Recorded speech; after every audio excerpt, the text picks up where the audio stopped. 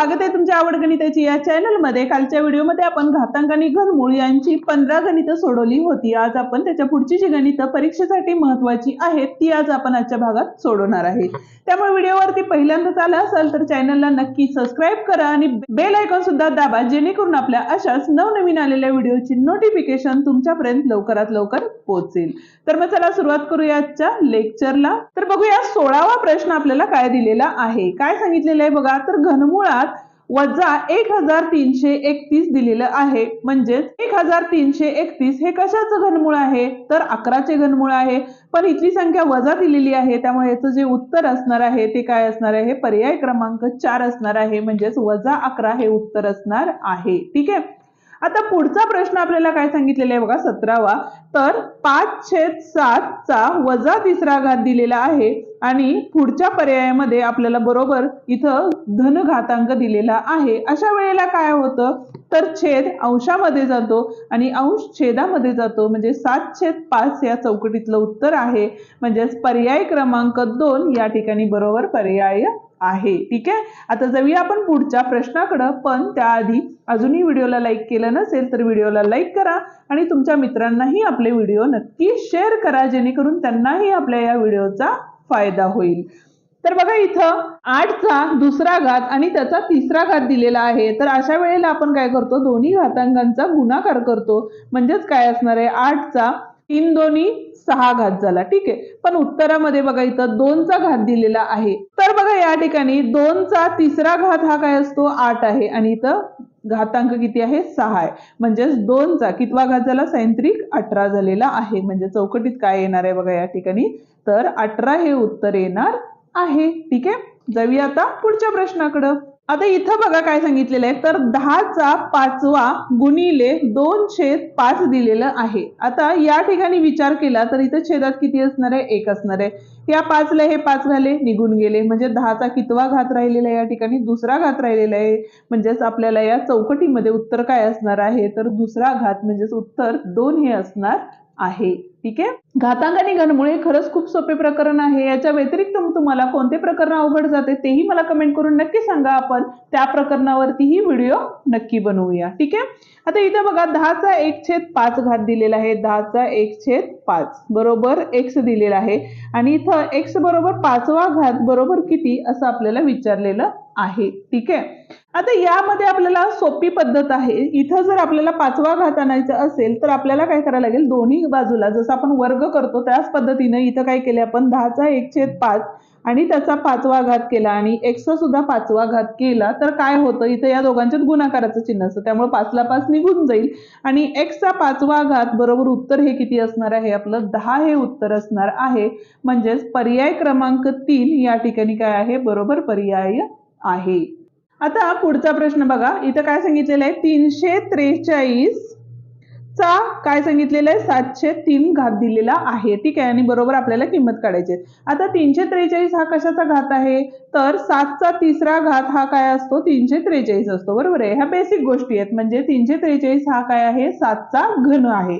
तर ते आपल्याला माहिती असणं गरजेचं आहे। म्हणूनच मी तुम्हाला सांगत असते, घन आणि घनमूळ आणि वर्ग आणि वर्गमूळ हे तुम्हाला कमीत कमी 30 पर्यंतचे तरी पाठ पाहिजेतच। ठीक आहे। या ठिकाणी काय झालं बघा, 7 चा तिसरा गुणिले 7/3 आहे। या 3 ला 3 हे गेले, राहिले काय, तर 7 चा 7वा घात राहिलेला आहे। उत्तर बघूया आपण, पर्याय काय कशा पद्धतीचे आहेत।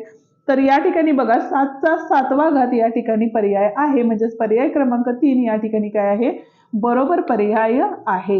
सगळे प्रश्न आजचे वेगळ्या पद्धतीचे आहेत, त्यामुळे व्हिडिओ पूर्ण बघा, जेणेकरून तुम्हाला घातांक आणि घनमूळ कायम स्वरूपी समजून जाईल।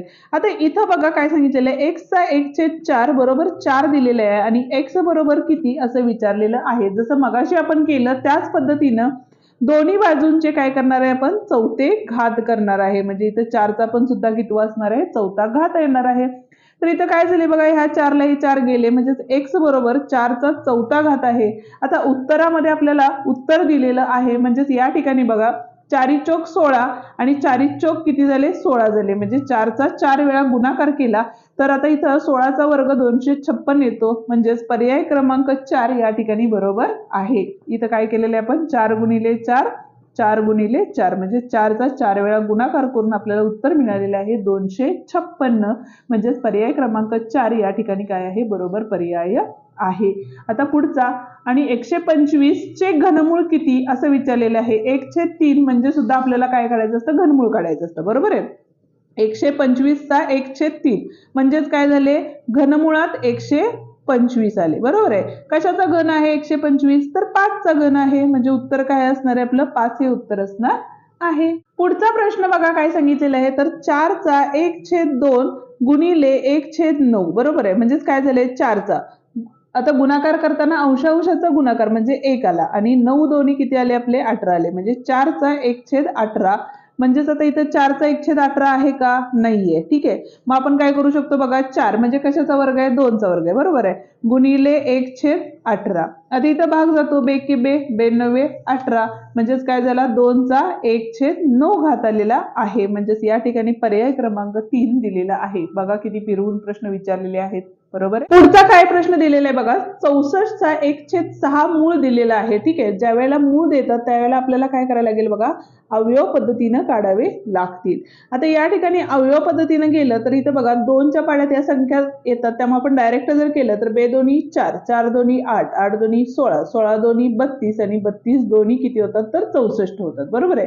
किती संख्या झाल्या बघा, 1 2 3 4 5 आणि 6, म्हणजे 6चा एक ग्रुप तयार करतो आपण, आणि त्यातला एक संख्या जी आहे ती काय करतो, बाहेर काढतो. म्हणजे याचं जे उत्तर असणार आहे ते काय असणार आहे, 2 हे उत्तर असणार आहे. ठीक आहे, आता या ठिकाणी बघा -1 चा 501 घात दिलेला आहे, तर उत्तर काय येईल, 1 चा कोणत्याही घात केला तर उत्तर काय असतं, 1च असतं. पण आता चिन्ह वजा द्यायचं का अधिक द्यायचं, तर ते कशावरून ठरवायचं, तर इथं जी संख्या आहे ती काय आहे आपली, तर विषम संख्या आहे. ज्या वेळेला विषम संख्या येईल त्यावेळेला आपल्याला काय द्यायचं, उत्तराला वजा चिन्ह द्यायचं आहे. पण जर तिथं समसंख्या असती तर आपण तिथं काय केलं असतं, धनचिन्ह दिलं असतं. म्हणून इथं पर्याय क्रमांक 3 या ठिकाणी बरोबर पर्याय आहे. ठीक आहे, आता पुढचा म्हणजे -16 चा शून्य घात.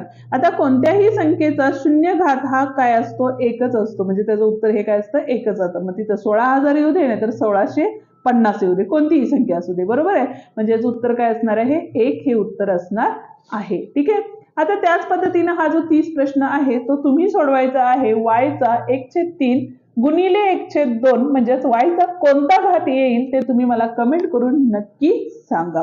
या ठिकाणी आपला हा व्हिडिओ संपतो. उद्या आपण दुसरे प्रकरण घेऊन येणार आहोत. कोणते प्रकरण तुम्हाला अवघड जाते ते तुम्ही मला कमेंट करून नक्की सांगा. व्हिडिओ आवडला असेल तर व्हिडिओला लाईक, शेअर आणि कमेंट करायला विसरू नका. आणि त्याचप्रमाणे जर चॅनलवर नवीन आणि पहिल्यांदाच असाल तर चॅनलला नक्की सबस्क्राईब करून बेल आयकॉन सुद्धा दाबा. धन्यवाद.